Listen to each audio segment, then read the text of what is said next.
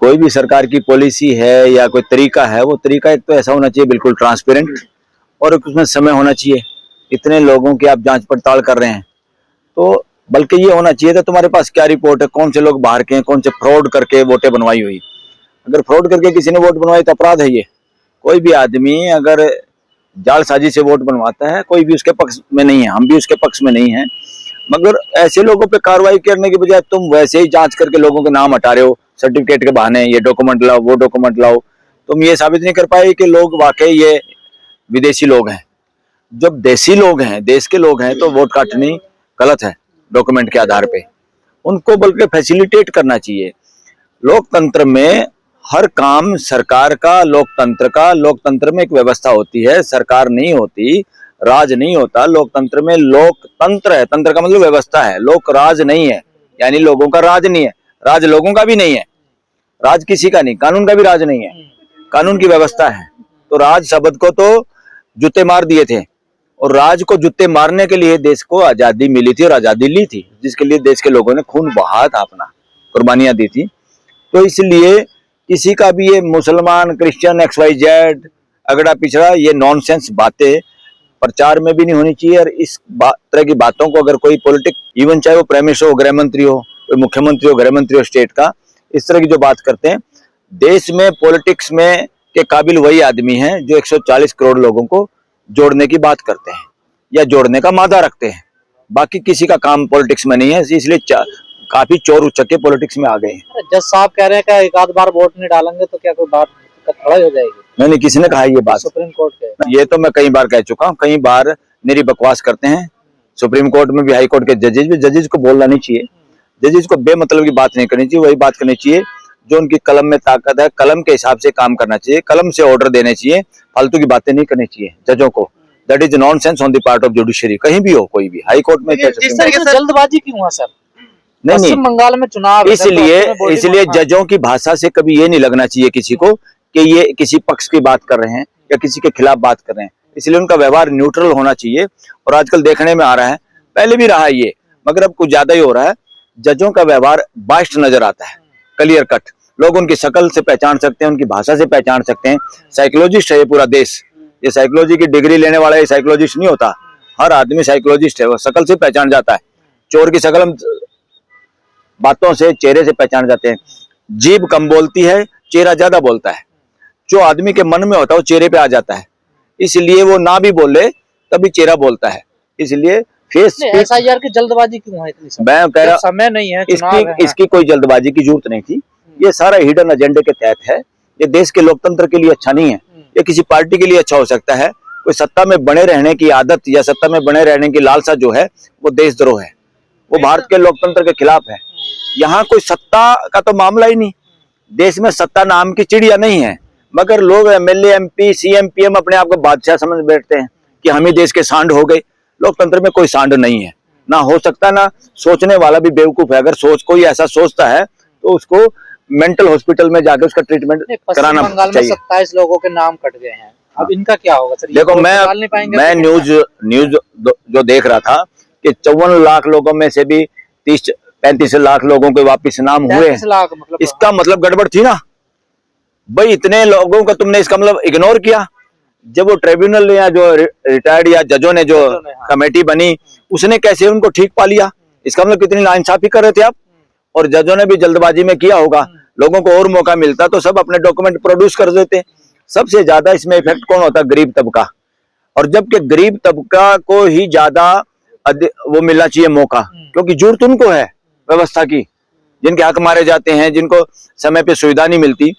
देश में जितना भी आप देख रहे हैं आर्थिक, उसमें 5, 4, 10 लोग हैं जिनके पास देश का आधा पैसा होगा, और बाकी लोग गरीब क्यों हैं? गरीब कोई अपने काम से नहीं है, गरीब कोई अपनी सो कॉल्ड बकवास वर्णवादी मानसिकता या उस सोच से नहीं है कि किस्मत ऐसी है। गरीब लोगों को बनाया जाता है, कोई गरीब नहीं हो सकता। गरीब आरोप लगा रहा सर, अव्यवस्था लोगों को गरीब बनाती है।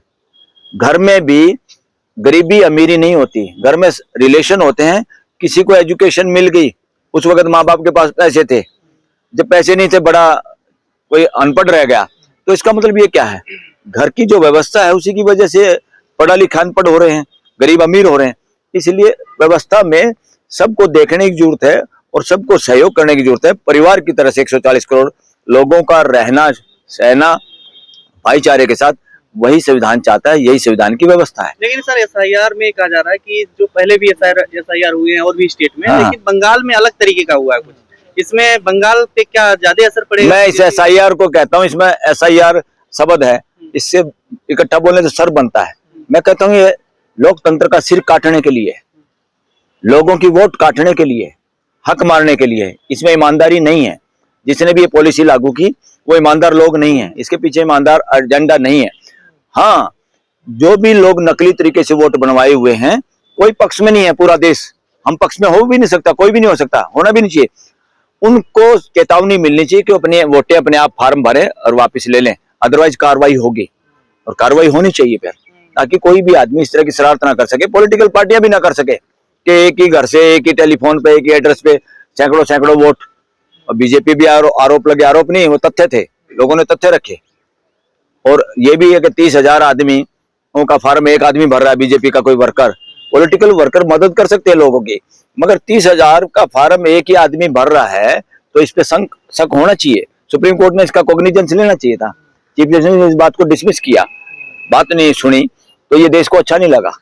तो इसलिए सुप्रीम कोर्ट, हाई कोर्ट पे लगातार नजर रखो, जजों पे नजर रखो, वो क्या बोलते हैं, क्या लिखते हैं, क्या करते हैं। चुनाव आयोग तो ट्वीट कर रहा है सर कि तृणमूल कांग्रेस को 2 टूक, पश्चिम बंगाल में इस बार चुनाव भय रहित, हिंसा रहित, धमकी रहित ये सब होंगे। तृणमूल कांग्रेस को ये टैग करके कह रहा है।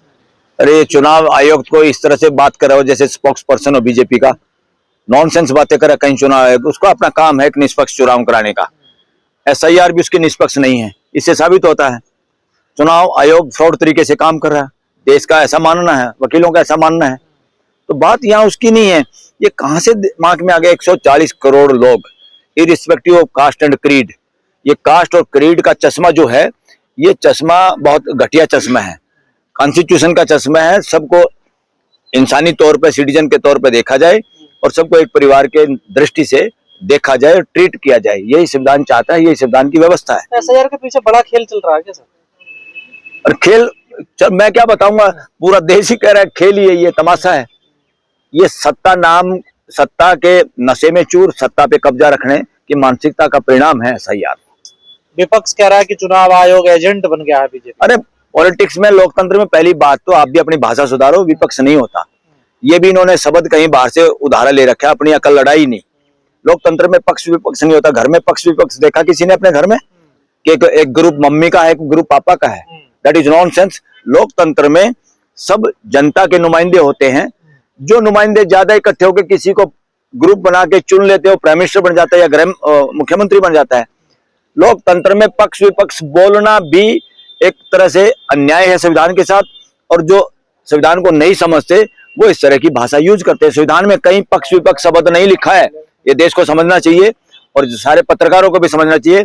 और जितने पॉलिटिक्स में सफेद कुर्ता पजामे पहने घूमते हैं, इनको जरूर अपनी अकल इसमें लगानी चाहिए। अमित शाह को ममता बनर्जी कह रहे हैं कि वो डरा रहे हैं बंगाल के लोगों को और मुझे मारने की साजिश कर रहे हैं दिन रात। अरे एक ही तो शेरनी है, पूरे देश में जब निगाह दौड़ाते हैं तो महिला अगर कोई पॉलिटिशियन मजबूत है, जो इनसे भी, पुरुषों से भी मजबूत है, किसी भी पॉलिटिकल पार्टी में आज के दिन नॉन बीजेपी के लोगों में ममता से बहादुर पॉलिटिशियन कोई नहीं है देश के अंदर। और ममता को कोई नहीं डरा सकता। ममता को डराने का जिसने भी हिम्मत करेगा उसको मुंह की खानी पड़ेगी। लेकिन अमित और ममता के साथ देश है, देश की पूरी भावना है ममता के साथ इस वक्त, क्योंकि वो अन्याय के खिलाफ लड़ने का मादा रखती है। ममता को टारगेट किया जा रहा है, ऐसा तो फिर बीजेपी का आना तय है? नहीं, बिल्कुल ऐसा कुछ नहीं है जी। मुस्लिमों को टारगेट बनाना, एक तो वोट उनकी कम करना, या दूसरा लोगों को जानबूझ के डराना, या लोगों के अंदर एक झूठा वो डालना, हिंदू हिंदू हिंदू हिंदू, उस तरह की एक बात डाल के कंसोलिडेशन करने की वो है। ये सारे ड्रामे हैं, इससे चुनाव नहीं जीते जाते। तो चुनाव जीते जाते हैं ज्यादातर जो लोगों का मानना है, वकीलों का मानना, हेरा फेरी से। इसके पीछे हेरा फेरी। सर अगर जब वो हेरा फेरी पे नजर रखो, नहीं डाल पाएगी तो फिर कैसे? इसलिए जब वोट नहीं डाल पाएंगे, जिन लोगों ने अब 30-34 लाख के वापस वोट बन गए हैं, तो इसी तरह से जिनके कटे हैं उनको भी मौका मिलना चाहिए। और एक दिन पहले भी जिसको वो क्लैरिफाई करे, वो ट्रिब्यूनल और जजेज लोग, तो उनको वोट डालने का अधिकार मिलना ही चाहिए। असम के सीएम हर बार ये गलत है, क्योंकि बंगाल के अंदर बहुत सारे लोग माइग्रेशन करते हैं देश में, मजदूरी, मेहनत करने के लिए, काम करने के लिए। मैं उसको मजदूरी नहीं कहूंगा, वो इस देश की व्यवस्था में भागीदारी करने के लिए दूसरे राज्यों में जाते हैं। हर आदमी कमा के खाना चाहता है, इसलिए वो भीख मांगने की बजाय, वहां मजलूम जिंदगी जीने की बजाय, जहां भी उनको काम मिलता है जो कर सकते हैं वो करने जाते हैं। बहुत सारे लोगों के पास डॉक्यूमेंट नहीं होते, बहुत सारे लोग हो सकता है उस वक्त वहां हो भी नहीं बंगाल में, कितना किराया भाड़ा लगा के खाली वोट बनवाने के लिए जाएगा, या वो ऑनलाइन कर नहीं सकते, इतनी सुविधा नहीं है, इन लोग प्रिविलेज लोग नहीं है। तो ये अन्याय है देश के साथ, ये है तीनों तरह का अन्याय है जनता के साथ, उन लोगों के साथ जिनकी वोटें काटी गई हैं, जो समय पूरा मिला नहीं। आर्थिक, सामाजिक और राजनीतिक अन्याय है उनके साथ, सर असम में भी क्योंकि राजनीति में हिस्सा लेने का उनका हक से वो महरूम हो जाएंगे, तो राजनीतिक अन्याय हुआ। और उनको तंग किया अननेसेसरी, बिना मतलब के सर्टिफिकेट दिखाओ, ये दिखाओ, इससे लोगों पे आर्थिक बोझ पड़ा, अपना काम छोड़ना पड़ा, ये आर्थिक अन्याय है। और सामाजिक न्याय, जो लोग अपडेटेड हैं, जिनके पास सुविधाएं हैं या जिनके जानकार दफ्तरों में बैठे हैं, उनका तो बिना कागज दिखाए भी हो गया होगा।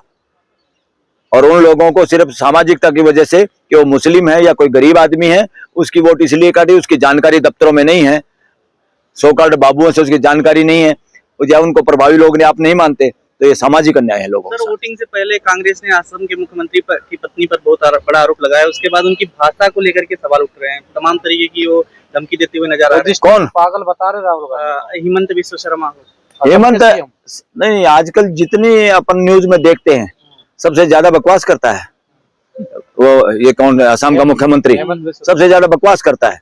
उसकी भाषा कॉन्स्टिट्यूशनल भाषा है ही नहीं, वो मुझे नहीं लगता मुख्यमंत्री के लिए योग्य आदमी भी है। पॉलिटिक्स में ऐसे आदमियों के लिए कोई जगह नहीं है। और पता नहीं कैसे जुगाड़बाजी जो देश में हवा फैला रखा है, हिंदू मुसलमान फलाना टिकड़ा, इस तरह के लोगों को आरएसएस पुश करती है। आरएसएस उन्हीं को पुश करती है जो मुस्लिम मुस्लिम करके गाली देना जानते हैं, या जो उनके एजेंडे पे काम करते हैं, उनके हिसाब से मॉर्निंग टी पीते हैं, उनके हिसाब से फोन में मोबाइल में डीपी लगाते हैं। ये उन लोग कार्रवाई करने के बजाय पुलिस यहाँ पहुंच जाती है, गलत है। ये पॉलिटिक्स के अंदर अगर कोई बोलता है, बोलने की स्वतंत्रता में हमारा देश 180 देशों में 161वें नंबर पे है। किसने डराया देश? कौन डरा रहा देश को? क्यों देश डर रहा है? कोर्टें भी, हाई कोर्ट, सुप्रीम कोर्ट लोगों के राइट टू एक्सप्रेशन को बचाने में फेल हुई है बुरी तरह से। इसलिए मैं कहता हूँ हाई कोर्ट और सुप्रीम कोर्ट 5% से ज्यादा अपना काम नहीं कर पाई। They are badly failed in their duties toward the country and constitution. BJP चुनाव जीत रही है क्या इस बार लग रहा है? जिस तरह के काम कर रही है तो चुनाव जीतने के तो काम है नहीं है। जिस तरह के काम कर रही है चुनाव जीतने के काम नहीं है। हेरा फेरी करके चुनाव जीता जा सकता है, और हेरा फेरी पूरा देश को ये है कि हेरा फेरी करते हैं ये लोग और चुनाव जीतते हैं। और जिसके दिमाग में हेरा फेरी आ गई लोकतंत्र में, वही तो देशद्रोही है।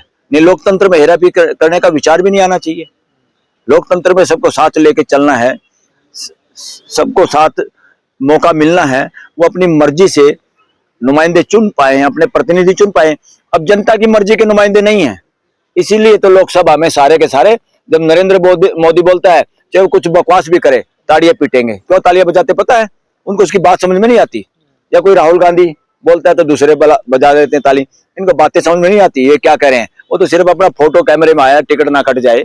तो इसलिए ज्यादातर इसी तरह के नुमाइंदे हैं जिनकी हिम्मत नहीं है पार्लियामेंट में बोलने की। इनको बीजेपी जो कहती है इनको, बल्कि एक दो आदमी कहते हैं। बीजेपी को छोड़ो, बीजेपी भी कोई पार्टी वार्टी नहीं है। बीजेपी एक डरे हुए लोगों का समूह है जिसमें एक दो आदमियों की डिक्टेटरशिप चल रही है। बीजेपी कोई इंटरनल डेमोक्रेसी वाली पार्टी बची नहीं है।